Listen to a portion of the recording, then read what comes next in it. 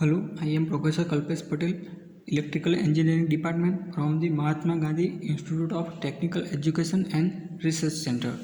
Our subject is Power Electronics of the BE third year 5th sem, and our subject code is 3140915. Our first chapter is Power Switching Device.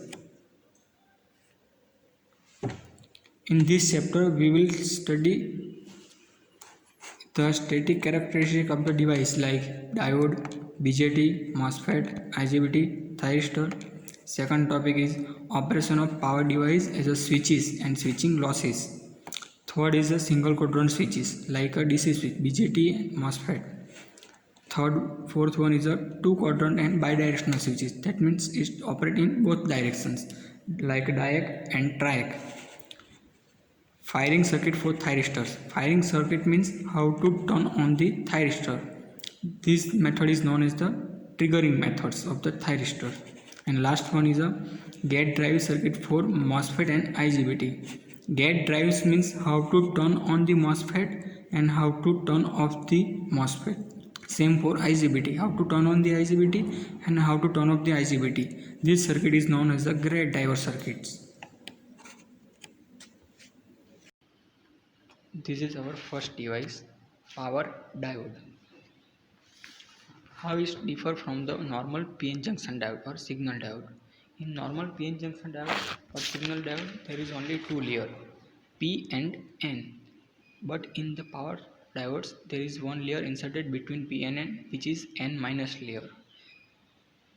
N plus layer is the cathode, P plus layer is the anode. This plus indicates the highly doped region, while minus indicate the lightly doped region. This N minus layer is known as the drift regions. The function of the N minus layer is to absorb the depletion layer of the reverse bias P plus N minus junction J1. The breakdown voltage needed is a power diode governed by the thickness of the N minus layer. That means the higher the thickness of N minus layer, the larger will be the breakdown voltage of the PN junction diode. The disadvantage of this N minus layer is while PN junction in forward bias condition, so it adds significant ohmic resistance to the diode, which will last during the forward bias condition. The symbolic representation of the power diode is here, in which anode and cathode. Anode is plus, cathode is minus. Arrowhead indicate that current will flow from in this direction, from anode to cathode.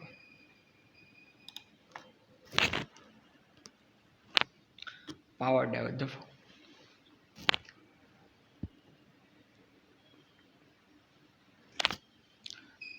VI characteristic of the signal diode, power diode and ideal diode. Signal diode, to draw the VI characteristics of the diode, we have to connect the diode in forward bias conditions. So positive of the battery, this is the positive of the battery is connected with the anode of the diode. So this diode is connected in forward bias conditions. This is the variable voltage source Vs. It varies from 0 to some voltage. So to draw the VI characteristics of the normal PN junction diode, we have to first apply 0 voltage across the diode. So there is no current will be flow because diode turn on at the some voltage. When we increases this voltage at some voltage level, the diode current I will be flow at suddenly increase this point at. So this point is known as the cut-in voltage, and for the normal PN junction diode, signal diode, this voltage is 0.7 volt. So we apply the 0.7 volt across the anode and cathode, the diode will turn on and conduct the current. This is the characteristic of the normal PN junction diode. In reverse bias condition, if this terminal of the battery is connected with the cathode, plus is connected with the cathode, the diode is saying reverse bias condition. But in reverse bias condition, diode is in off states, so there will be no current will flow.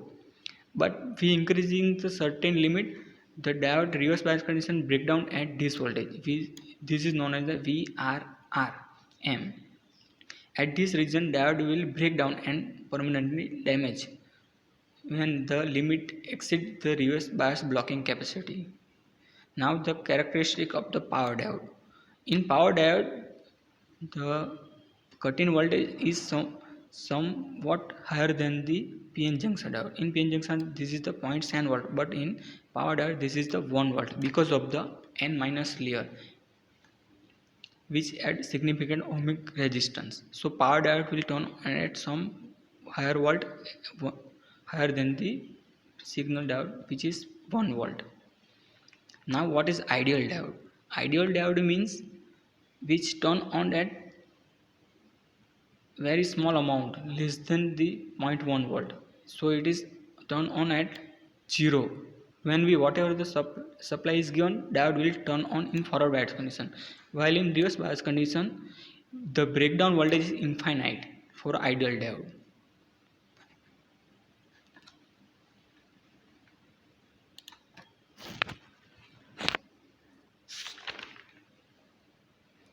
Now the reverse recovery characteristic of the power diode. When the points diode voltage across the junction reach to 0.7 volt, then forward bias condition current will be flow, which is the IF. IF will be flow when the junction voltage exceed the 0.7 volt. When the diode is forward bias condition, that means turn on. So there across the diode there is the very small voltage drop, which is the 0.7 volt VF. We can say that this voltage drop across the diode PN junction, which is very small, it is about 0.7 volt. So there is a less power loss during the on state condition because of the very less voltage drop across the junction. We multiply this voltage and current, we get the power loss across the junction. When we remove the source, the current start to decreasing. At this current start to decreasing, when current becomes 0, the power loss becomes 0 because multiplication of voltage and current is 0. But there is a now diode after the 0 start to conduct in reverse bias direction because of charge stored in the PN junction. The PN junction is like the capacitor because P and N two are insulated. These are two conducting plate and which the barrier potential which is act as a insulation. So the now two plates and between the dielectric material. So PN junction act as a capacitor. So because of this capacitance, the now diode is start to conducting reverse bias condition. In reverse bias condition, after up to the T8 time, it's reached to maximum value, and after the TB, it start to decreasing. The TB is known as the when the diode current reduced to 1/4 of the peak value. So the reverse recovery time is known as the TA plus TB. So the power loss during this, when at this condition voltage drop is 0, so again voltage across power loss across the diode is 0. But in this region maximum power loss is occurred because of the reverse current and reverse voltage. The ratio of TA to TB called the softness factor or S factor. The usual value of this factor is unity. A diode with S factor equal to 1 is called a soft recovery diode, and diode with S factor less than 1 is called a fast recovery diode. Fast recovery diode, that means this TA is very small. If the TRR time decide the operating frequency of the diode, because the higher the diode, this time we cannot turn on again before this diode is turned off. So we have to wait for the turn of the diode, and after the turn off we can again turn on the diode. So this time limit the operating frequency of the diode. So S factor, that means TB upon TA. TB and TA is less than, so S factor is higher.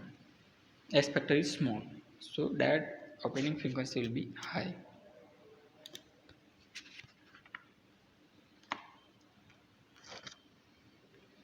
Now second device, power transistors. It is the bipolar junction transistors, BJT. And second, MOSFET, metal oxide semiconductor field effect transistors. Third one is the insulated gate bipolar transistors, IGBT. First, BJT. BJT is a 3-layer, 2-junction NPN on PNP types. Bipolar means current flow in the device is due to the movement of the both holes and electron. That's why it is known as the bipolar device. There are two types of the transistors. One is NPN and one is PNP. In NPN, P region is sandwiched between two N layer, and PNP, the N region is sandwiched between the two P layer. Base is the center. In NPN it is the P region, and in PNP it is the N region. It is 3-terminal device. One is collector, emitter and base. Current flow from NPN transistor in collector to emitter, while in PNP transistor current flow from emitter to collector. This is the construction and this is the symbolic representation of the NPN PNP transistor. Now to draw the VI characteristic of the BJT, we have to connect the transistor in this manner. That means it is the NPN transistor. So base is connected with the base supply and base current limiting resistance RB, and the collector is connected with positive of VCC, and emitter is negative with the VCC. So it is the P N and P. Sorry, N P N.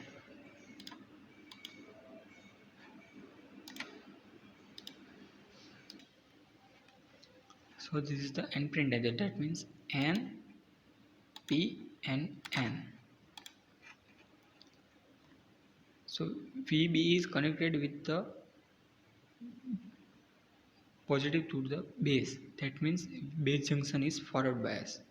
But this is the N and P. So it is the in reverse bias condition.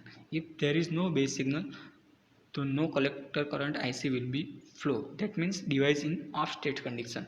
The fully voltage across the transistor will be appear VCC equal to VCE equal to VCC. So there is no base signal, no collector current will be flow. But increasing the base voltage, and base voltage reach at 0.7 volt, which is the cut-in voltage of the normal PN junction diode. At this region, base current start to flow. At this base current start to flow, the collector current also will flow, which is the at some base voltage IB1. If IB is 0, that means device turn off condition, no current will be flow. Whichever the current is flowing, which is the leakage current, it is a very small amount, and some amount of base current will be flow like IB1. At this region, some collector current will be flow. As increasing the base current IB1 to IB2, 3 and 4, the collector current will be increased. So the collector current is depend on the base current. That's why BJT is known as the current control device. So if we apply the base current whatever, like a 5 milliampere,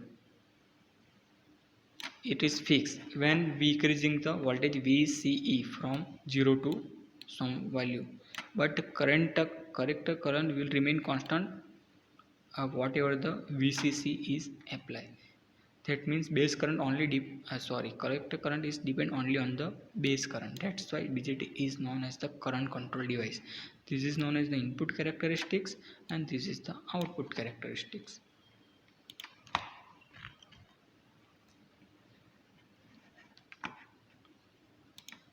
Now how to decide the load line? Load line means operating region of the transistor. For this we have to take one characteristics of the BJT like this from IB5. So this is the one characteristics IB5. That means IB is not equal to 0 and 1 is IB equal to 0. When IB equal to 0, then leakage current only will be flow. This is the leakage current. This is the leakage current.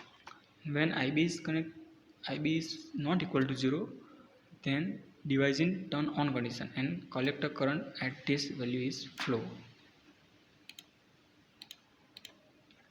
Now to decide the load line, we have to first IB equal to 0. That means voltage across the collector. When IB equal to 0, device turn off condition. So that means VCE equal to VCC. VCE, the voltage across the collector and emitter is equal to the applied voltage VCC. So VCE equal to VCC. When IB is not equal to 0, that means IB at some value like IB5. So collector current will be flow because transistor in on condition. This transistor in on condition, that means this voltage is reduced to 0. This terminal is connected to the ground.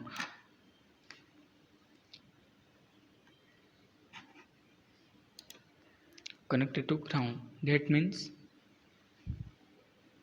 VCE equal to 0. VCE equal to 0. That from this equation VCE equal to 0. That means IC equal to VCC upon RC. This collector current is marked at point A and IB equal to 0, then VCE equal to VCC. This point is marked at point B. VCE equal to VCC. By connecting this line, we get load line from A to B. This from A dash to B dash. This is the known as the operating in which region the transistor will be operate, and this is the saturation region, and this is active region, and this is cutoff region. That means in this region transistor will off condition. In active region the collector current is depend on the base current. In saturation region transistor in fully on condition. That means collector current only depend on the load and the applied voltage. Now how to decide the relation between alpha and beta.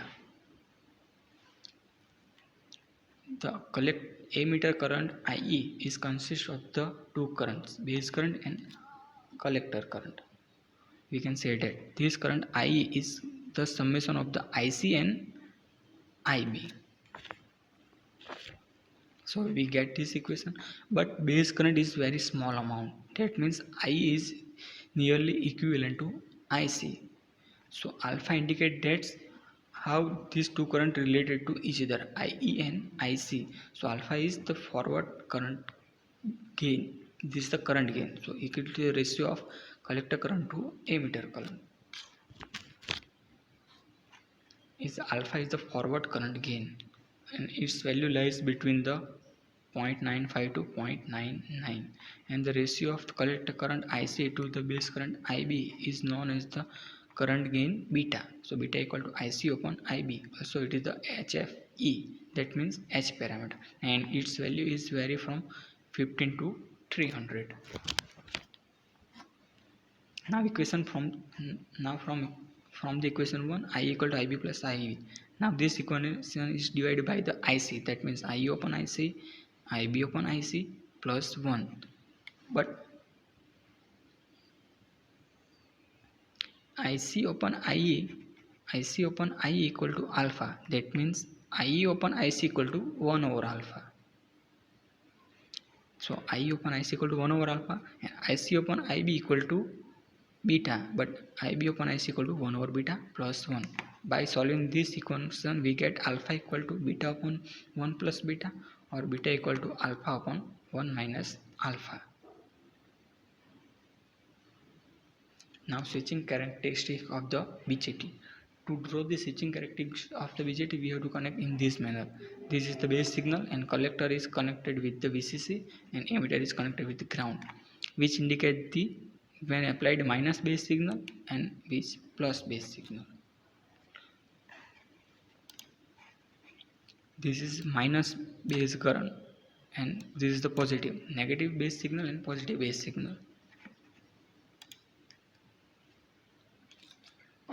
So if we apply negative base signal to VB equal to negative, that means transistor in off condition.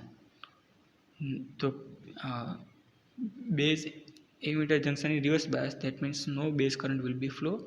So transistor in off condition, that means no collector current will be flow. When we apply the positive base signal, so the base emitter junction is forward bias condition and base current will be flow. At T1, base signal is positive, the base current will be flow. Base current will be flow, that means device in turn on condition. So collector current start to flow and start to flow. Okay, that means so when turn off device, the voltage appear across the collector and emitter is the fully VCC supply, but device is turned on, that means this VCC is reducing, and when device turn on, collector current start to flow and VCC start to reducing. Now collector current is reached to 0.1 IC. This time is known as the TD, delay times, and from 0.1 to 0.9 IC, this is known as the TR, rise time. So total time required to turn on the transistor is equal to TD plus TR. So T on time is known as the time required to turn on the transistors. When we again apply the negative base signals, the base current start to negative flow because of the charge carrier. So up to this point, base current up to this point, collector current fully will be flow. After this, base current reducing, the collector current will be reducing, that means device turning off. When it's reached to 0, device full turning off at this point. So from TS is storage time, collector current flow due to the storage of the PN junction, and this is the fall time required to reduce the collector current from 0.9 to 0.1. This is the TF. So the total turn off time required to device is TOF equal to TS plus TF.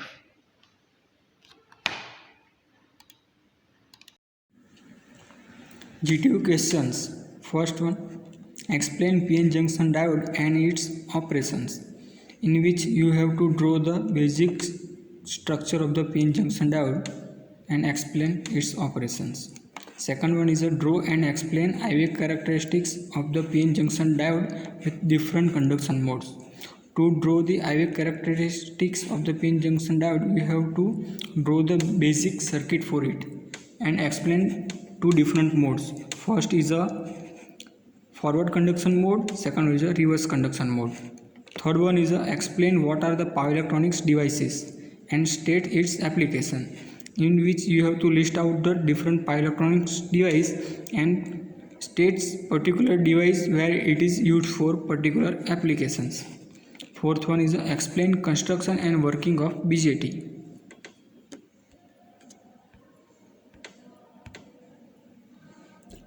And in next chapter we will conduct the remaining topic of our first chapter, like construction characteristic and working of the IGBT, MOSFETs and thyristors.